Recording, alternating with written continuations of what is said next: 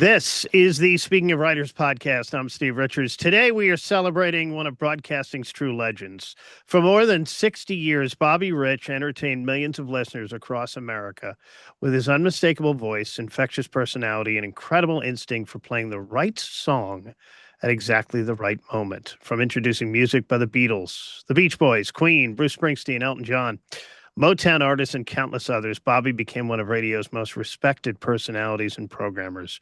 His remarkable journey is captured now in the new biography, Bobby Rich, My Life in Your Radio, written by veteran broadcaster and author Pat Gaffey. The book chronicles Bobby's extraordinary career, unforgettable stories from behind the microphone, industry-changing moments, and the passion that kept him on the air for more than 6 decades. I am happy to have Pat Gaffey joined me here on the Speaking of Writers podcast. Welcome. Thank you, Steve. Great to be here with you. So what first inspired you to tell Bobby's story, and why was now the right time for this biography? I think Bobby represents an era of radio that was the glory days of top 40 and rock, and the transitions that he saw from pop to rock to top 40 to adult contemporary to, even serving the over 55 audience as he has done in the last 30 years of a career that spanned 6 decades. And really, he was broadcasting before the Beatles came to America, and he was still on the air in 2023 when the Beatles released, with some AI help, their final single. So he's the epitome of the nomadic radio DJ who moved around the country. He worked for 24 stations in more than a dozen cities and kept moving up to bigger and bigger markets. He was fired 9 times, and he bounced back every one of those times and had another successful career at different stations. So I just think it was a story that needs to be told because of Bobby's influence on listening habits, the music he picked, the DJs that he hired, mentored, and repeatedly hired at stations from the East Coast. He worked in the Northwest, in the Midwest, in the Northeast, in the Southwest, and in the Southeast. So he just covered the country.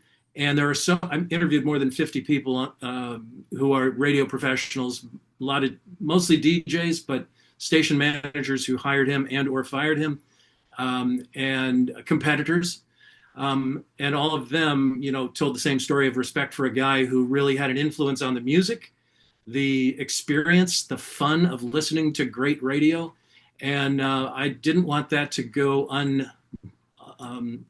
unrecorded. My background's as a news reporter, so I took that approach of writing his story from his boyhood start as a DJ right through his 60 plus year career. Now, Pat, you had worked with him too. Before writing this book, what surprised you most about Bobby's career?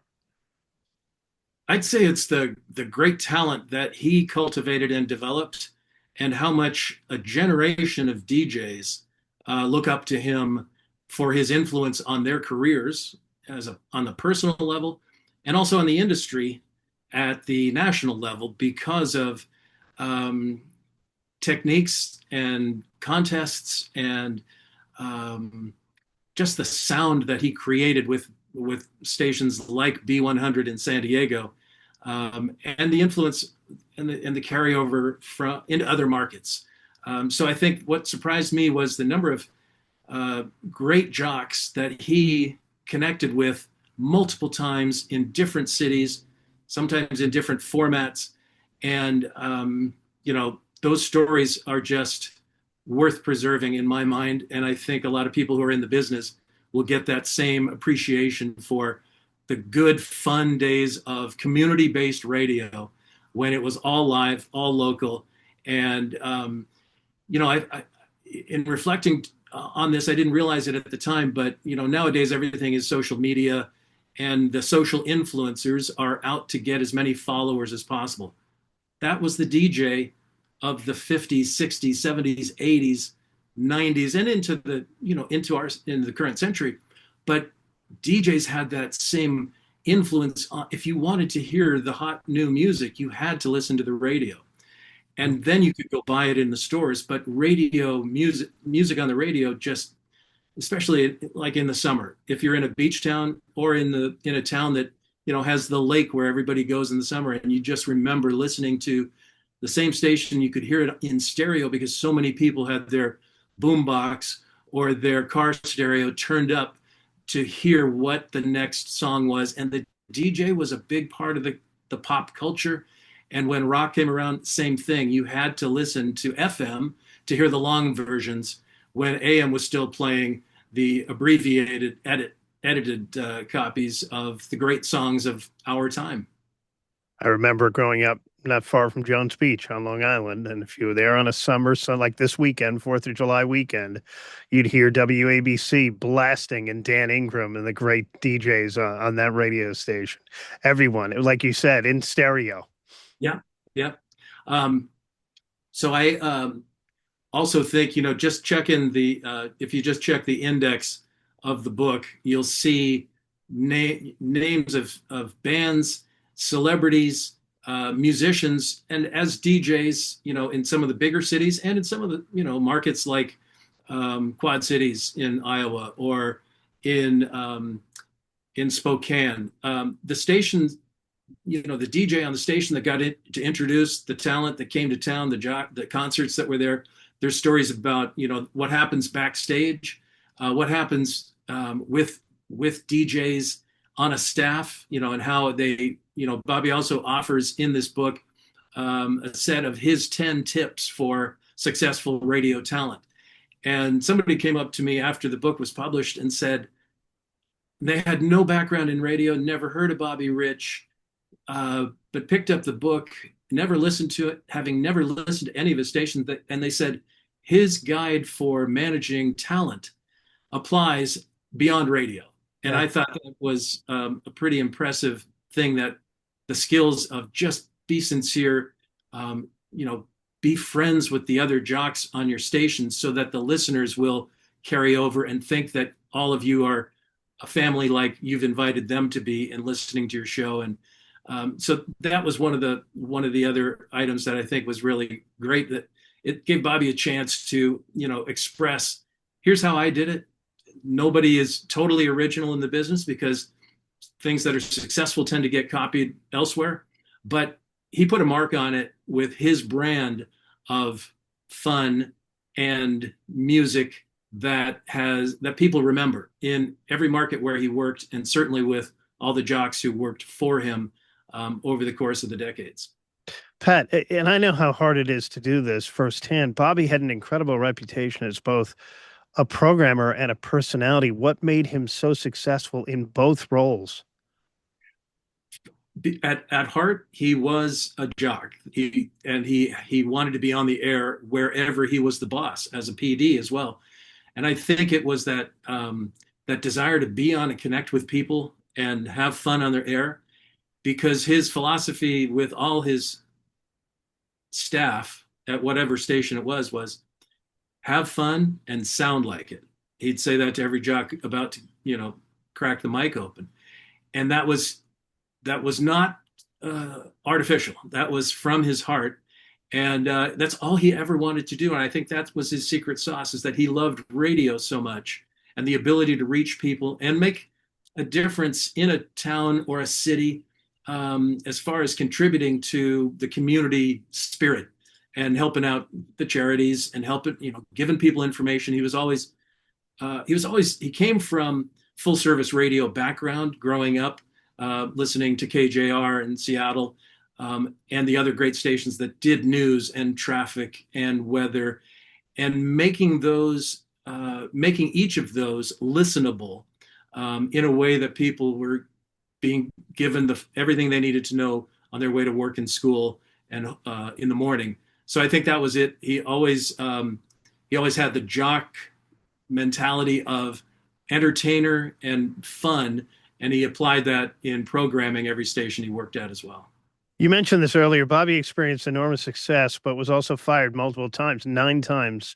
What can readers learn from his resilience? That if you believe in yourself, you can achieve your goals, your dreams.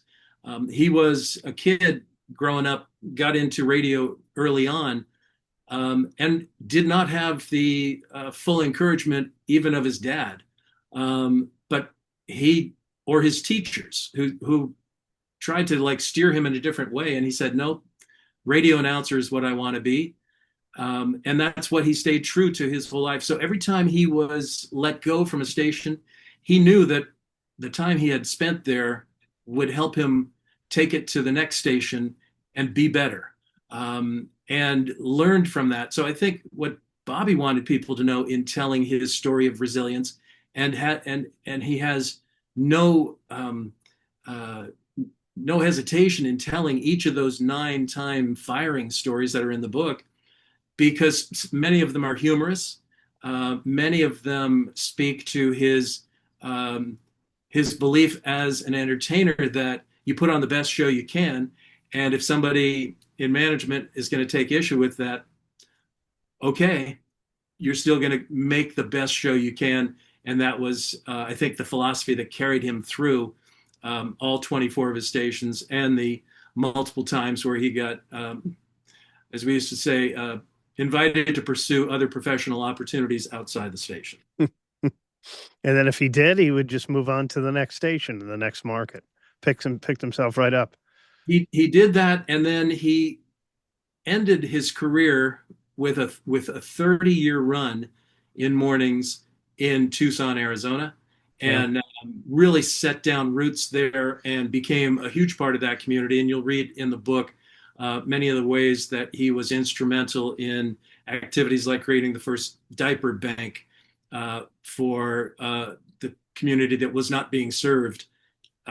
And there was a great need that he identified, and all the stations in Tucson were pitched on the idea to create a diaper bank. He was the one who responded to that fax, which is how the request came in. And it grew to become something that was far beyond anyone's expectations, and really made a difference in the lives of babies, parents, and as it expanded, seniors who have the same need for, those hygiene products that are critical to parents being able to go to their jobs and have a daycare that requires infants to have a diaper bag that has all the supplies. So that was just one episode of many in Tucson. The other one, but a really community-based Christmas special that was customized, and it was sort of a Dickensian twist, Dickens with a Tucson twist. A lot of humor, a lot of local voices, from the mayor and the mayor's wife to the weather guy the meteorologist from the TV station, and the traffic reporter from his and other stations. So it just built that sense of community that was impressive. And the stories about getting through the pandemic as well. And I witnessed that same sort of thing as any one of us who's worked through a time like that, and realizes the importance of local live radio to people who are isolated and need that human voice to help them get through a tough time in the world. Yeah, we just went through this here in Asheville, North Carolina, with Hurricane Helene. And we were the only, source available and connection for a lot of people without power here. And I think that, I saw it as far back or as recently, however you see it, 1989, the earthquake during the World Series in the Bay Area. And people they lost power. They didn't have the ability to listen to radio in their apartments or their homes. They had to go out to the car to listen to the car radio, unless they had a transistor or a battery powered. And so the people that were listening to radio had much more information about their own community than the people who were stuck in a place that didn't have electricity, and they couldn't access that live information that we rely on radio to deliver in times of, either a natural disaster or other, just power outages. Pat, Bobby remained active well into his 70s. What kept his passion for radio with all the changes it had gone through alive? I think his I think what kept him young and inspired about radio was the listeners and his coworkers, his staff. He took great pride in hiring talent that he believed in, and talent that he identified could match the sound that he was looking to create. In San Diego, it was that carefree beach summer vibe that San Diego, being a very different market than Los Angeles or Seattle, two West Coast cities, had its own identity and sound that he was looking to create. And I think something else that comes out in the book is that when he was programming B100 the first time, he put the station on the air in 1975 at KFMB FM in San Diego, and he hired some young up and coming talent and gave them the time to mature into the broadcaster that they would become. He could identify their potential. And there's a jock named Willie B who spoke of, he every time that Bobby came into the studio, he thought he was going to be, blown out. He's like, I'm not, he didn't have confidence in himself, but Bobby had confidence in him. And he said when Bobby did give him a compliment one day, like, hey, that set sounded really good, Willie B said, that meant more to me than I love you from my mother. Mm. And because that's how much he was trying to meet Bobby's expectations of being the voice, in the same league with, the great jocks that were already on the staff that he was trying to break in with. And his next stop after San Diego was Los Angeles. After spending so much time with Bobby's story, what do you hope readers remember most about him? I think that he just had a career of wanting to be a part of your life and doing everything that he could with the promotions department, with the sales department, with the on-air staff to create an environment of fun radio that was must listening. And just to create that vibe with the contests and building up suspense and taking even a small thing like the bridge traffic reports and the closure of the government bridge in the Quad Cities and selling a sponsorship on it to a sandwich company, and then hiring Big Jim Davis, who from CKLW just had a great strong voice, and reading the bridge is now closed made it sound like a really big deal when in fact it was kind of an everyday thing. But Bobby had a way of taking the little aspects of it and making it into something that was entertaining radio and more than what the elements were on their own. Is there one Bobby Rich story that perfectly captures who he really was? I think at the end of his career, and there's a bit of epilogue as well, because he retired in 2023 and stayed very active and still does in monitoring radio, in offering consulting and guidance to up and comers or others who are in a format, in similar formats. He's very generous in that. But I think one story that represented was like, I still want to stay involved in radio. I don't want to run it. I just want to not be forgotten.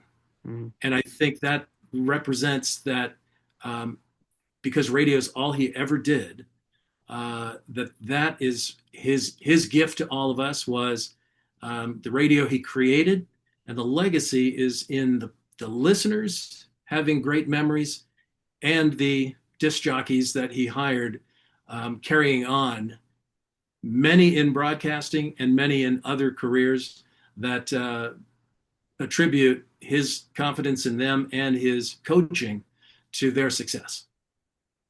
What is next for you in your writing? I'm always looking for a great story to tell, and I've got a couple of ideas that are percolating right now. One is it's not in the same genre of biography, but I'll be exploring how to bring other genres um, into the world of literature, having had this experience and going through basically a 12-year process that it took me to research this one and bring it to the finish line. So that's all, and it's still so fresh because the book's only been out for 6 months. So I'm still just enjoying this. And I think next for Bobby and me is to record the audio version of Bobby Rich, My Life in Your Radio. He's Pat Gaffey, author of Bobby Rich, My Life in Your Radio. Fascinating look at one of broadcasting's most enduring personalities and a celebration of an era when radio personalities became trusted companions in people's daily lives. Pat, thank you so much for joining me. All right. Thank you very much, Steve. Great to be with you. And thanks to all of you for listening and watching. You can find Speaking of Writers wherever you listen and watch podcasts, including YouTube, Spotify, and Apple Podcasts too. I'm Steve Richards. I will talk to you again next time